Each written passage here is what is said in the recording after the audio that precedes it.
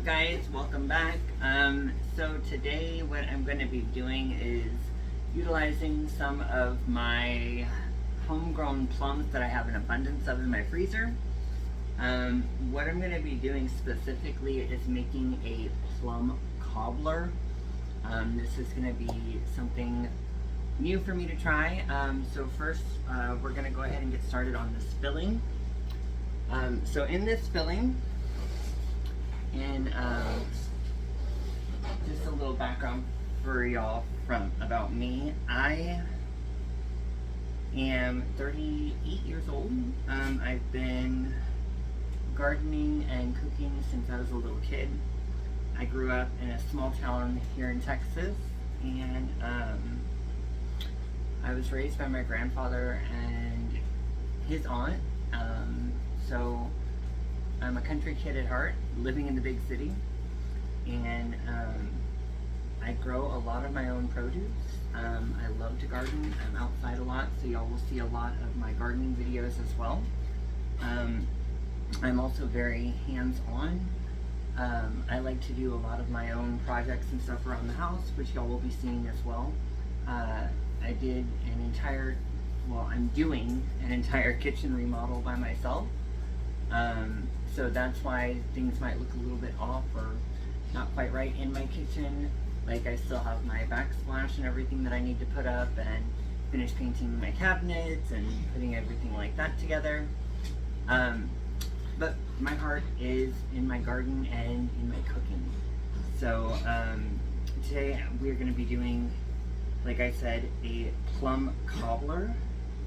And I just came across this recipe online earlier today, so we're going to be trying it out together and going from there. Alright, so first and foremost, what we need is about 4 cups of seeded and sliced plums. They recommend using Santa Rosa plums. My Santa Rosa plum tree did not produce this year, so what I'm going to be using is Scarlet Beauty. Now, this tree produced well over 100 pounds of plums for me this year. So I've got tons of them in my freezer. I've made preserves, I've made pies, I've made all kinds of good stuff from them. But today we're going to go ahead and do a plum cobbler. So I've got my large mixing bowl here. Get out of the kitchen. Go! Sorry, I am also a huge animal lover. So my dogs are wandering around and trying to get in my shot. So, large mixing bowl, and spoon. I'm just going to go ahead and pour these in here.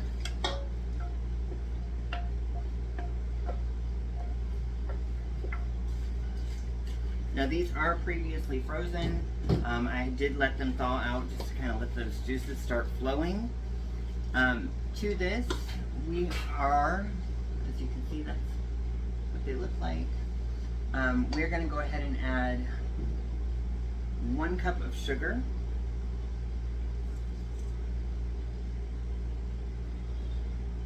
Just kind of scoop that in there and get that going.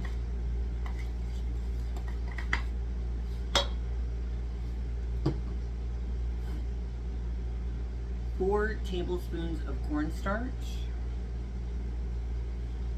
And this is going to help that kind of thicken up and create a nice little thick gravy.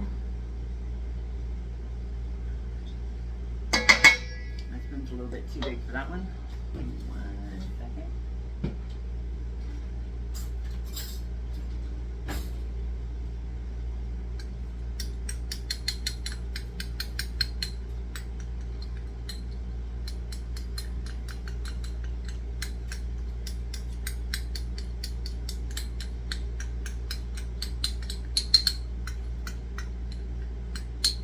Now it says to just add some cinnamon to this.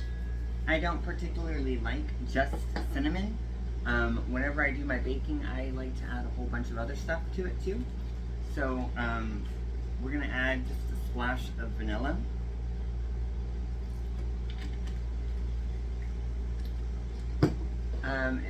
We've got some orange zest.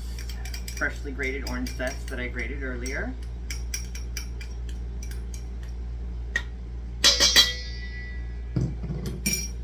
Now, I've got my cinnamon, I've got ground ginger, cloves, and then some freshly grated or ground nutmeg. Oh, it smells like Christmas, and I love that. So we're just gonna toss all that in there and then give this a good mix. And just kind of let that marry for a little while. Let all of those flavors kind of come together and let it produce some nice juice for us.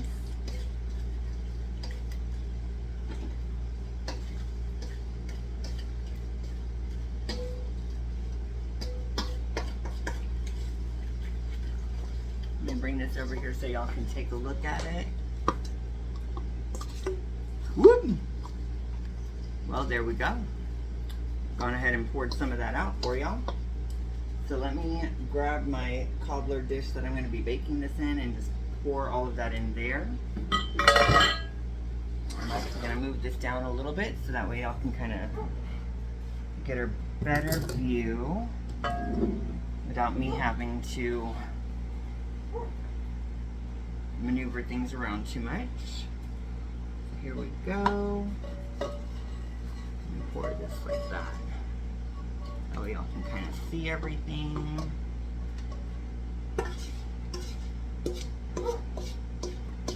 I like mine to be a little bit chunkier because I love my chunks of fruit.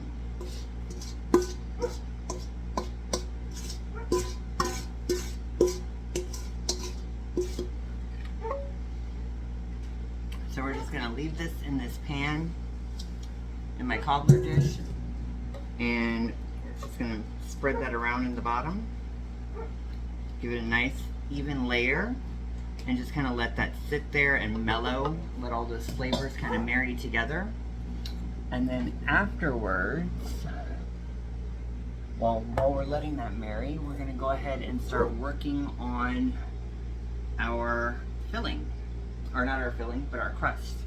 So I'm going to set this aside and I will be right back and we'll start working on that crust. Alright, so we are doing the Plum Cobbler, and what we need is 1 cup of flour,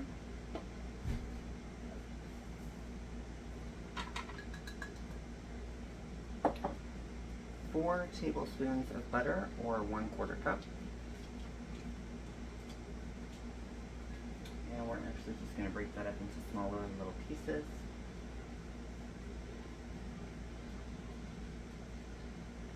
Just to kind of help the food processor. And to that, we need to add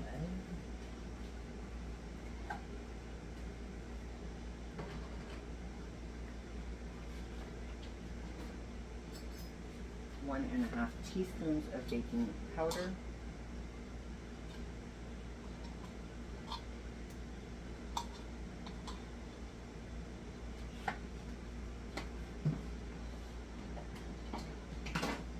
and a pinch of salt.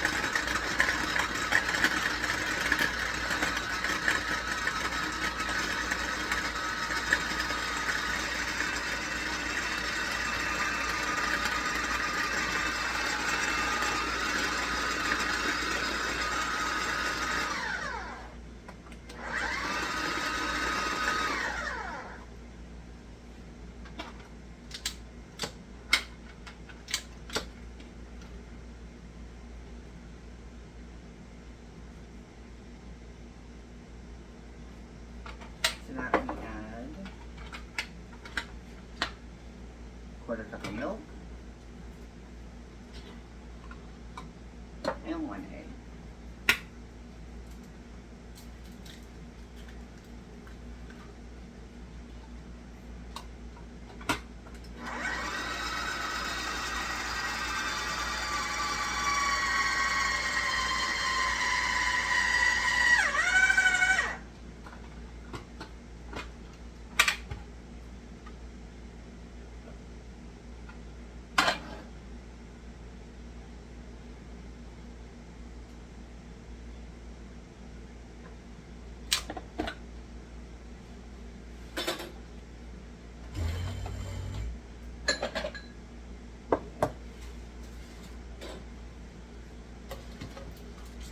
here is our filling that we were letting marinate earlier. We're just going to grab a couple of spoons and place dollops of the dough all over the top.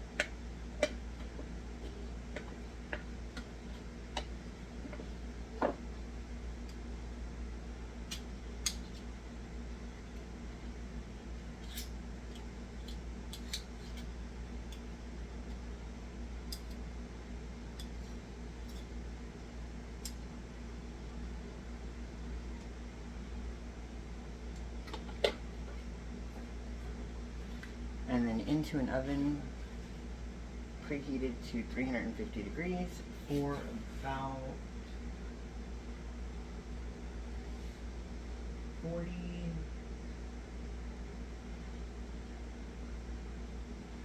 40 minutes. After that's done baking, I'll go ahead and take it out and show you what it looks like, and we'll have a taste test.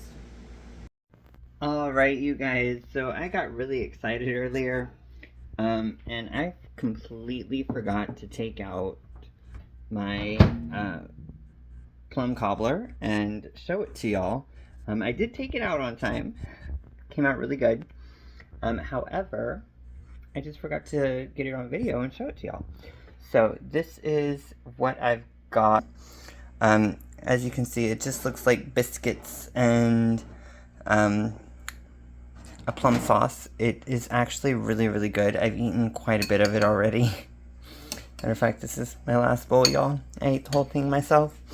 It tastes like warm biscuits with a warm plum jam or plum jelly on it. So it's like breakfast for dessert. As I told y'all, I am currently doing house renovations right now, so that is part of my unfinished ceiling, and then what my ceiling is going to look like. So yeah, I just wanted to come back and show that to y'all again. This in the bowl. Ooh, some homemade vanilla ice cream would be really bomb on this. Maybe one day I will make some homemade vanilla ice cream. Alright, you guys, I will talk with y'all later. Y'all have a good rest of y'all's night. I am all hot and sweaty. I'm going to go finish eating my plum cobbler and